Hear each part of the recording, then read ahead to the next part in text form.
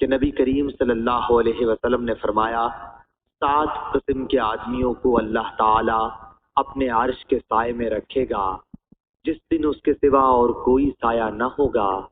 انصاف کرنے والا حاکم، وہ نوجوان جو اللہ تعالیٰ کی عبادت میں جوان ہوا ہو، وہ شخص جس کا دل ہر وقت مسجد میں لگا رہے، 2 ایسے شخص جو اللہ کے لیے محبت رکھتے ہوں، اسی پر وہ جمع ہوئے اور اسی پر جدا ہوئے۔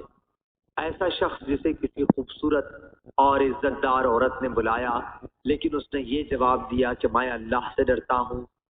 وہ انسان جو صدقہ کرے اور اسے اس درجہ چھپائے کہ بائیں ہاتھ کو بھی خبر نہ ہو کہ داہنے ہاتھ نے کیا خرچ کیا، اور وہ شخص جو اللہ کو تنہائی میں یاد کرے اور اس کی آنکھیں آنسوؤں سے بہنے لگ جائیں۔